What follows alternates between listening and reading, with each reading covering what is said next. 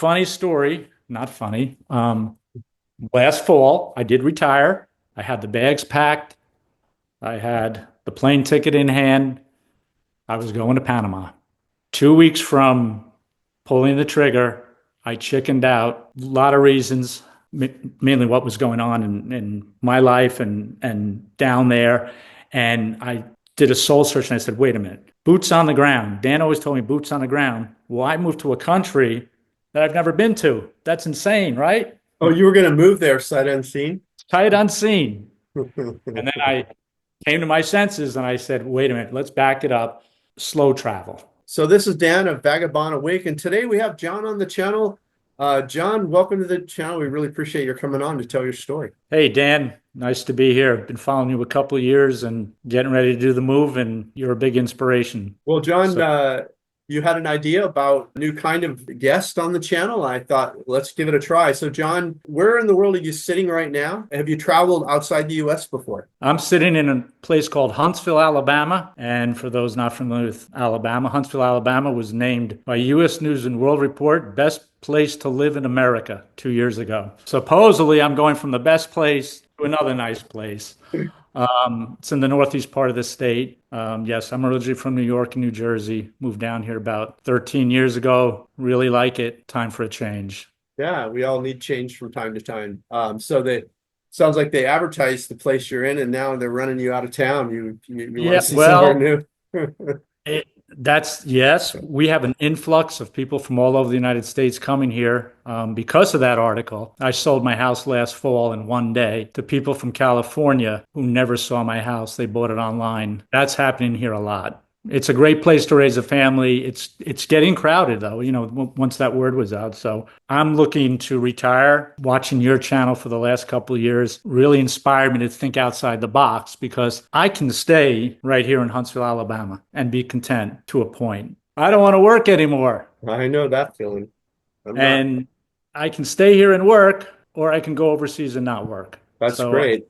So what countries are you looking to visit and possibly retire in, and how did you pick those? Yeah. How did you pick those ones? I've traveled a little bit around the world. I've been to Japan. I went to the University of Hawaii, Jamaica, Canada, Italy, Hong Kong over the course of the years. And narrowing down, somebody told me don't fall in love with the first country you visit. I think I've narrowed it down to maybe about 5. It's really hard. That's a great question. I don't know yet. I think I'm going to do a little slow travel. All the research I've done, Cambodia really interests me for a bunch of reasons. Thailand really interests me. Vietnam, although they don't have a retirement visa. And Brazil. Brazil's got some really good things going for it. Weather, not that real hot Southeast Asia weather. But, Dan, in what I've discovered in all my research, there's no perfect country. That's true. Including the United States. There's no perfect country. It's just what's going to work for me might not work for another person and vice versa. So I know there's going to be things I'm going to love, things I'm going to have to get used to. But I got to keep an open mind. And it's not going to be the United States. That has been embedded in me. And it's going to be cool to go to and just experience these different cultures. I'm really looking forward to that. Yeah, that'll make a big difference for you when you do your exploratory visits to these various places. When you're down in Brazil, I recommend you also check out Argentina. It's quite a nice spot. And if you have time also, I'd recommend maybe Peru and Ecuador. Those are two. And so is Colombia, honestly. I mean, it's endless, it's just such a beautiful world. Brazil is a beautiful place. I've been there. I don't have a report on it yet because I was there much longer before I had started my channel, but it is a beautiful place. And the country's beautiful, the people beautiful. But the way I would say, once you buy the airfare and you're in that part of the world, it's pretty cheap to get around. You can sometimes get buses, trains, short flights, and it's the big money is that first flight getting from the US somewhere. And then once you're over there, bop around and check it out, because sometimes you get shocked in a positive or negative way to nearby countries. So all has to do with timing and money and whatnot. So in these places, what are you going to be looking for? What's important to you for retirement? Oh, wow. Fishing, Okay. golf, Okay. golf, and giving back to the community, doing something, whether it's volunteer work. Um, my present job now is fundraising for the community. So I think, going to these countries and just, living it up. I'm not a drinker. Give back to somewhere I'm going to, make a small difference, and to keep the mind going. I'm not going to retire from life. I'm going to retire from working. That's I don't want to great. be on schedule anymore. Yeah, I'm that's great. 62 years of age, no more schedule.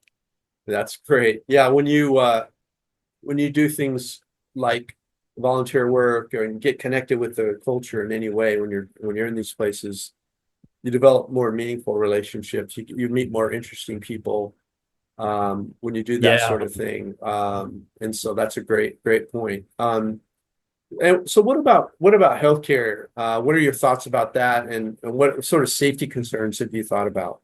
Well, yeah, I have a whole list of criteria. And as I said, no country is perfect. No country checks all the boxes.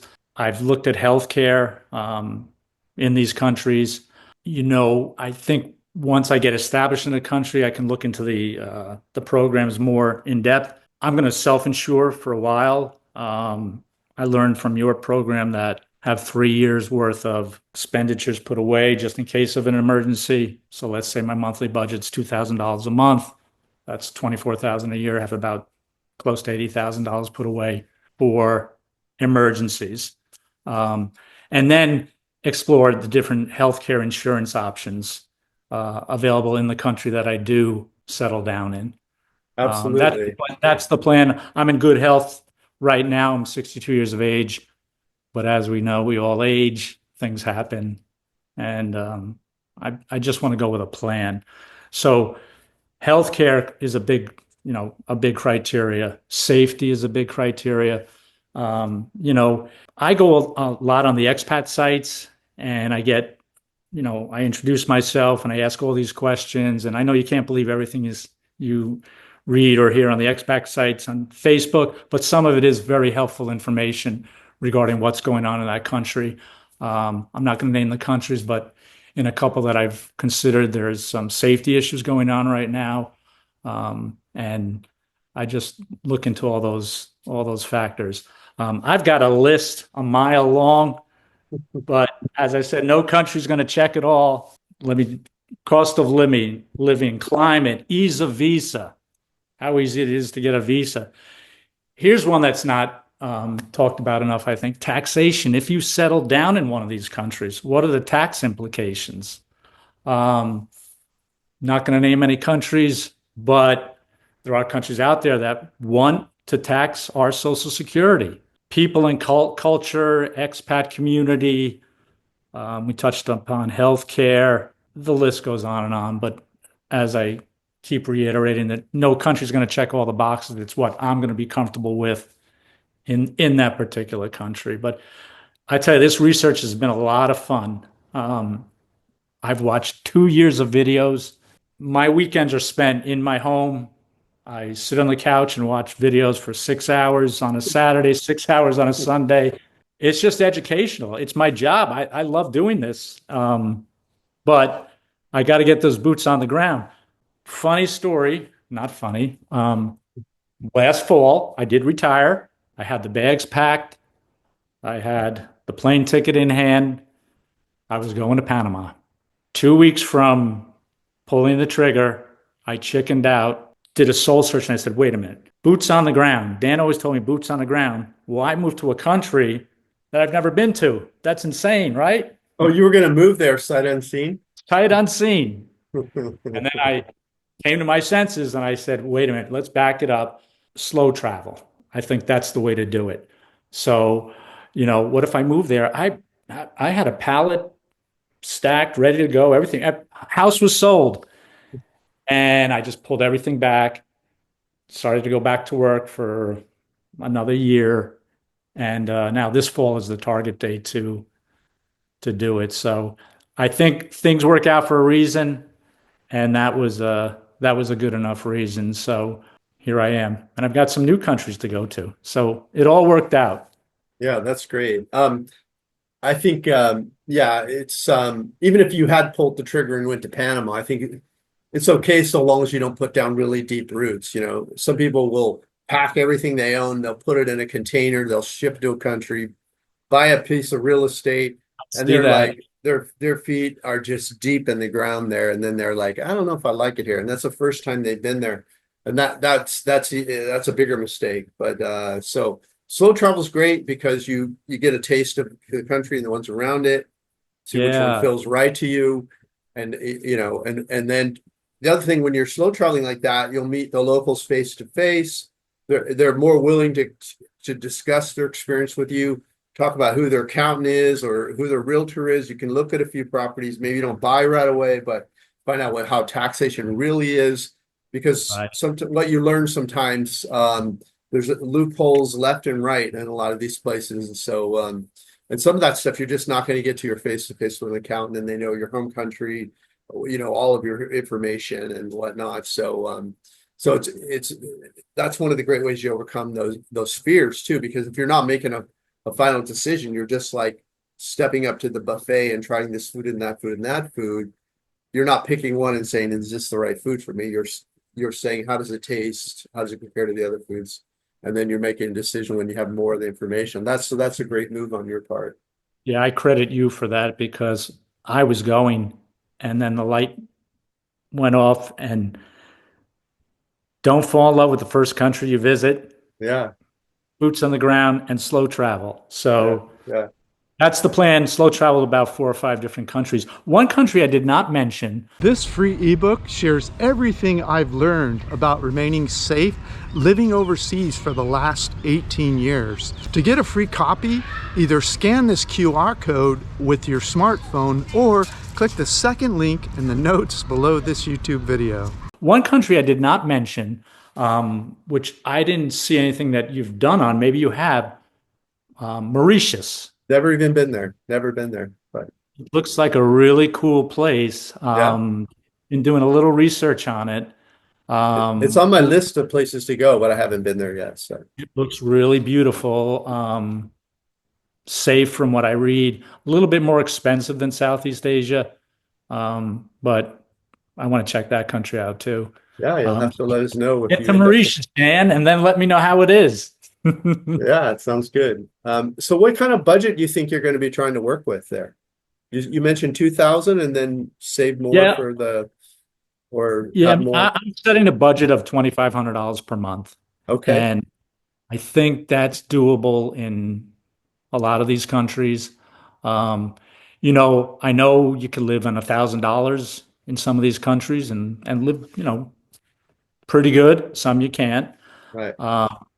Uh, but I think in my lifestyle, what I'm used to, I like to fish, I like to golf. That costs money. Yeah. Uh, you think golf would be cheaper in a country like Cambodia? It's not. It's Okay. actually more expensive to play golf in Cambodia than it is in the United States. You know, you see that kind of stuff sometimes.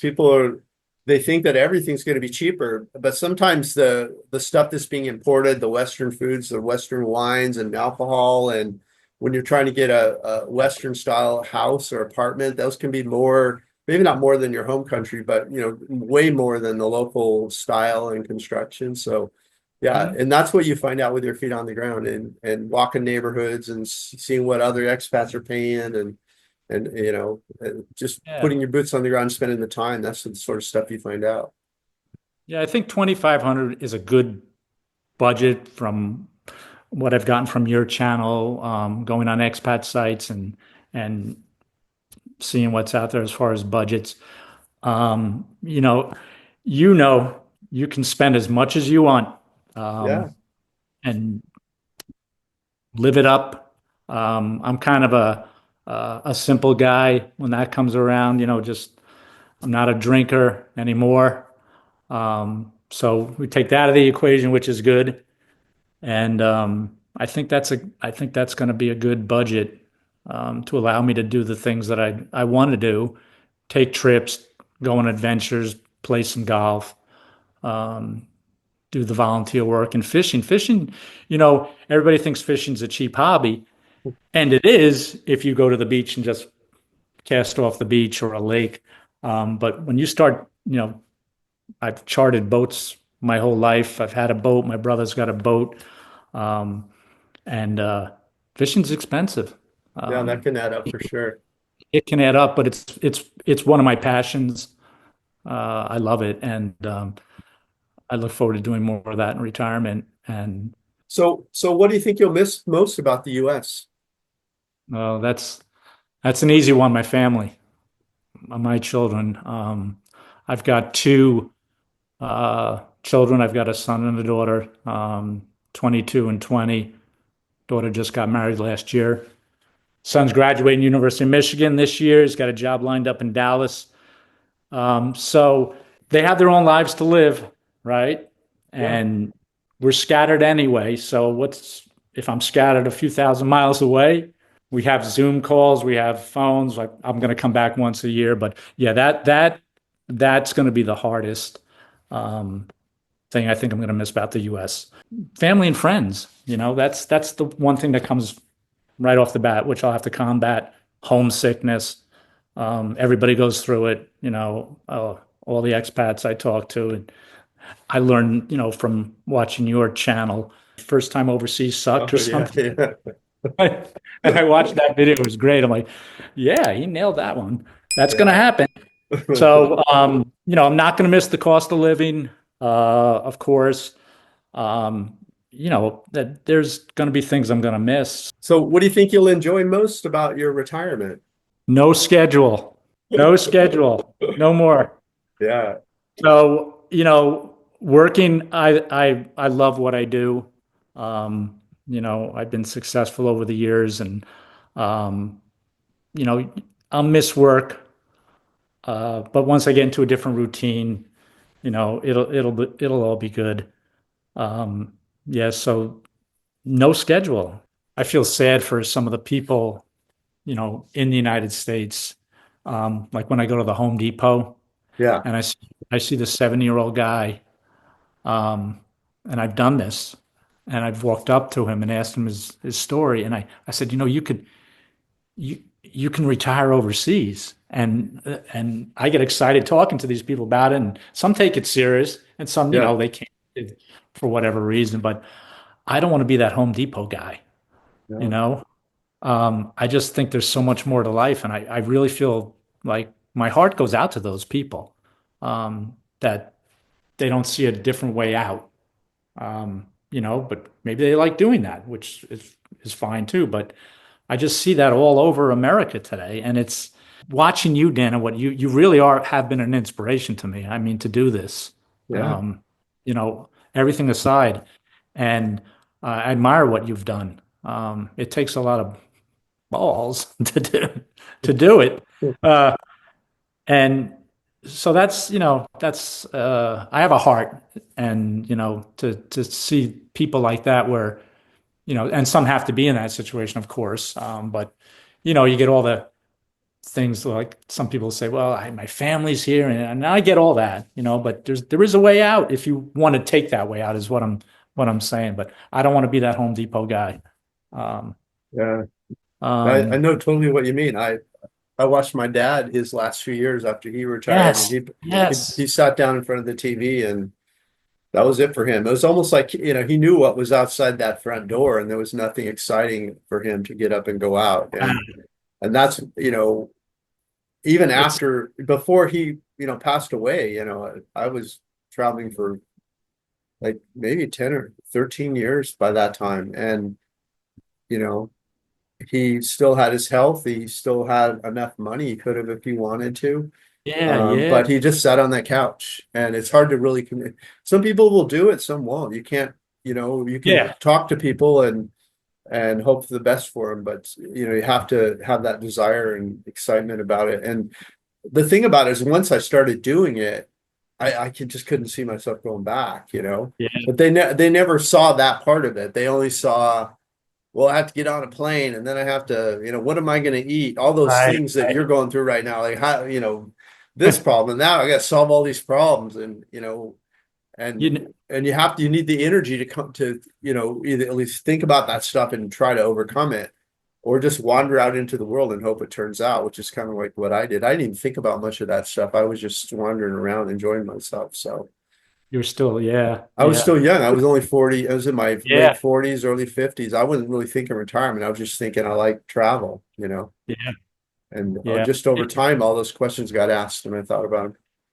It's a good situation to have, right? Yeah. I'm I'm in a good situation. I'm excited. This is not a problem, you know. I come across sometimes maybe that, it might be a problem. I might encounter something, but this is not a problem. This is a big boy problem. This is a Yeah. great problem to have. My dad, you bring up your dad, and you shared that in one of your episodes. My dad was the same way. Okay, you know the Cool Whip package? Yeah. Cool Whip. My dad Yeah. designed that package. Wow. He worked for Gen. That's his claim to fame. And stovetop stuffing. And he worked Cool. for General Foods for 20 years. And he retired at 62 with a buyout package.